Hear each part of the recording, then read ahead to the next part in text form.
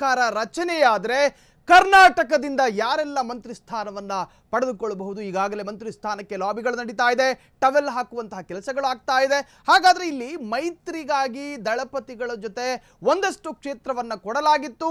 ಆ ಕ್ಷೇತ್ರವನ್ನು ಕೂಡ ಮೈತ್ರಿ ದೋಸ್ತಿಯ ಪರಿಣಾಮ ಒಂದು ಕ್ಷೇತ್ರವನ್ನ ಕಳೆದುಕೊಂಡ್ರು. ಆದರೆ ಎರಡು ಕ್ಷೇತ್ರದಲ್ಲಿಯೂ ಕೂಡ ಅಲ್ಲಿ ಲಾಭಗಳೇ ಆಯಿತು. ಹಾಗಾದ್ರೆ ಕರ್ನಾಟಕದಿಂದ ಯಾರೆಲ್ಲ ಮಂತ್ರಿ ಸ್ಥಾನ ಅಥವಾ ಮೋದಿ ಸಚಿವ ಸಂಪುಟದಲ್ಲಿ ಮಂತ್ರಿ ಸ್ಥಾನವನ್ನು ಪಡೆದುಕೊಳ್ತಾರೆ? ಈ ಒಂದು ಕುತೂಹಲ ರಾಜ್ಯದ ಜನರ ಜೊತೆ ಇದೆ ಅಥವಾ ದೇಶದ ಜನರನ್ನ ಕಾಡ್ತಾ ಇದೆ. ಹಾಗಾದ್ರೆ ಕರ್ನಾಟಕದಿಂದ ಯಾರೆಲ್ಲ ಮಂತ್ರಿ ಸ್ಥಾನವನ್ನ ಪಡೆದುಕೊಳ್ಳುತ್ತಾರೆ? ಕೇಂದ್ರ ಸರ್ಕಾರದಲ್ಲಿ ಈ ಬಾರಿ ಕನ್ನಡಿಗರಿಗೆ ಯಾರಿಗೆ ಸಿಗುತ್ತೆ ಚಾನ್ಸ್? NDA ಸರ್ಕಾರ ರಚನೆಯಾದ್ರೆ ಮಂತ್ರಿಗಳಾಗೋದು ಯಾರು?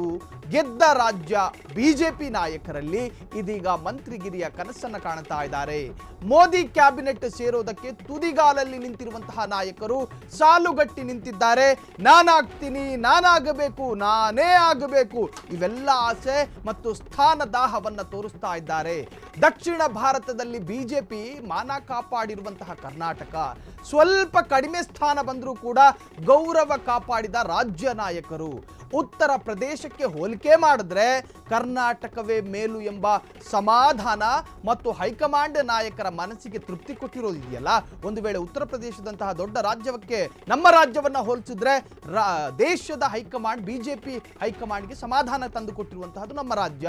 ಉತ್ತರ ಪ್ರದೇಶದಲ್ಲಿ ಬಿಜೆಪಿ ಸರ್ಕಾರ ಇದ್ರೂ ಕೂಡ ಅಲ್ಲಿ ಭಾರಿ ನಷ್ಟವಾಗಿದೆ. ಅಲ್ಲಿ ಯಾವ ಬುಲ್ಡೋಸರು ಕೂಡ ವರ್ಕೌಟ್ ಆಗಲಿಲ್ಲ, ಅಲ್ಲಿ ಯಾವ ಎನ್ಕೌಂಟರ್ಗಳು ಕೂಡ ವರ್ಕೌಟ್ ಆಗಲಿಲ್ಲ. ಆದರೆ ಕರ್ನಾಟಕದಲ್ಲಿ 17 ಸೀಟು ಗೆದ್ದು ಬೀಗಿದ ಕೇಸರಿ ಪಡೆ. ಇದು ನಮ್ಮ ರಾಜ್ಯದ ಬಿಜೆಪಿ ನಾಯಕರು ಹೈಕಮಾಂಡ್ನ ನಾಯಕರಿಗೆ ತಂದುಕೊಟ್ಟ ಒಂದು ಸಮಾಧಾನ ಎನ್ನುವಂತಹ ಅರ್ಥದಲ್ಲಿ ಈಗ ಬಿಜೆಪಿ ಪಾಳೆಯದ ನಾಯಕರ ನಡುವೆಯೂ ಕೂಡ ಚರ್ಚೆಗಳು ಶುರುವಾಗಿದೆ.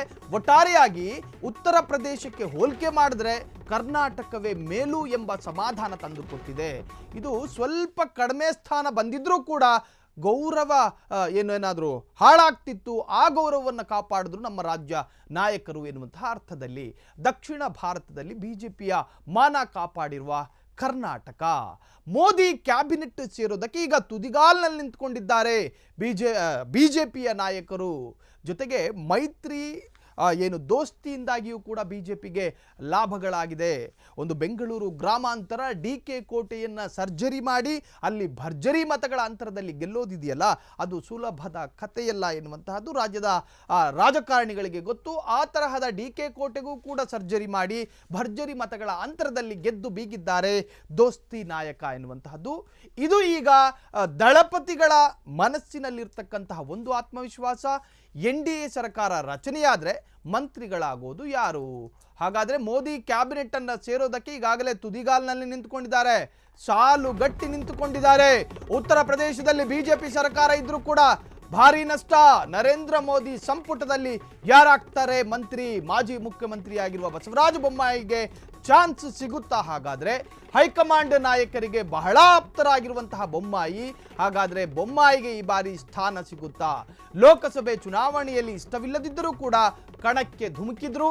ವರಿಷ್ಠರ ಸೂಚನೆಯನ್ನು ಶಿರಸಾವಹಿಸಿ ಪಾಲಿಸಿದ್ದಕ್ಕೆ ಮಂತ್ರಿಗಿರಿ ಗಿಫ್ಟ್ ಸಿಗುತ್ತಾ? ಹಾಗಾದ್ರೆ ಮಂತ್ರಿಯಾಗಿ ಮುಖ್ಯಮಂತ್ರಿಯಾಗಿ ಅನುಭವ ಬೊಮ್ಮಾಯಿಗೆ ಪ್ಲಸ್ ಪಾಯಿಂಟ್ ಆಗುತ್ತೆ. ನೀರಾವರಿ ವಿಚಾರದಲ್ಲಿ ಸಾಕಷ್ಟು ಜ್ಞಾನ ಹೊಂದಿರುವಂತಹ ಬೊಮ್ಮಾಯಿಗೆ ಇದು ಒಂಥರ ಧನಾತ್ಮಕವಾದಂತಹ ವಿಚಾರ ಆಗುತ್ತೆ.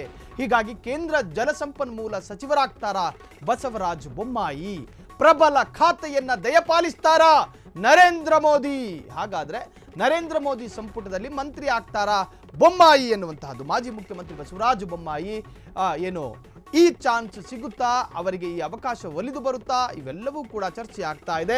ಹೈಕಮಾಂಡ್ ನಾಯಕರಿಗೆ ಬಹಳ ಆಪ್ತರಾಗಿರುವಂತಹ ಬೊಮ್ಮಾಯಿ, ಬಹಳ ಅತ್ಯಾಪ್ತರಲ್ಲಿ ಬೊಮ್ಮಾಯಿಯೂ ಕೂಡ ಒಬ್ಬರು. ಲೋಕಸಭೆ ಚುನಾವಣೆಯಲ್ಲಿ ಇಷ್ಟವಿಲ್ಲದಿದ್ರೂ ಕೂಡ ಕಣಕ್ಕೆ ಧುಮುಕಿದ್ರು. ವರಿಷ್ಠರ ಸೂಚನೆಯನ್ನ ಶಿರಸಾವಹಿಸಿ ಪಾಲಿಸಿದ್ದಕ್ಕೆ ಮಂತ್ರಿಗಿರಿಯ ಗಿಫ್ಟ್ ಸಿಗುತ್ತಾ ಎನ್ನುವಂತಹದ್ದು. ಮಂತ್ರಿಯಾಗಿ ಈಗ ಅವರಿಗೆ ಸ್ಥಾನ ಅವಕಾಶ ಏನಾದರೂ ಸಿಕ್ಕಿದ್ರೆ ಅದು ಏನು ಮಾಜಿ ಮುಖ್ಯಮಂತ್ರಿ ಬಸವರಾಜ ಬೊಮ್ಮಾಯಿಗೆ ಎನ್ನುವಂತಹದ್ದು. ವರಿಷ್ಠರ ಸೂಚನೆಯನ್ನ ಶಿರಸಾವಹಿಸಿ ಪಾಲಿಸ್ತಾರೆ. ಅಂತಹ ವ್ಯಕ್ತಿತ್ವವನ್ನು ಹುಡುಕಿಕೊಂಡು ಈ ಮಂತ್ರಿಗಿರಿಯ ಗಿಫ್ಟನ್ನು ಕೊಡಲಾಗ್ತಾ ಇದೆಯಾ? ಮಂತ್ರಿಯಾಗಿ ಮುಖ್ಯಮಂತ್ರಿಯಾಗಿ ಅನುಭವ ಬೊಮ್ಮಾಯಿ ಅವರಿಗೆ ಅದೊಂಥರ ಧನಾತ್ಮಕವಾದಂಥ ವಿಚಾರ, ಅದು ಅವರಿಗೆ ಪಾಸಿಟಿವ್ ಆಗೋ ಸಾಧ್ಯತೆಗಳಿದ್ದಾವೆ. ನೀರಾವರಿ ವಿಚಾರದಲ್ಲಿ ಸಾಕಷ್ಟು ಜ್ಞಾನ ಹೊಂದಿರುವಂತಹ ಬೊಮ್ಮಾಯಿಗೆ ಕೇಂದ್ರ ಜಲಸಂಪನ್ಮೂಲ ಸಚಿವರಾಗಲು ಅವಕಾಶ ಸಿಗುತ್ತಾ ಎನ್ನುವಂತಹದ್ದು ಈಗ ರಾಜ್ಯದ ಜನರ ಕುತೂಹಲವನ್ನು ಕೆರಳಿಸಿದಂತಹ ವಿಚಾರ. ಪ್ರಬಲ ಖಾತೆಯನ್ನು ದಯಪಾಲಿಸ್ತಾರಾ ನರೇಂದ್ರ ಮೋದಿ?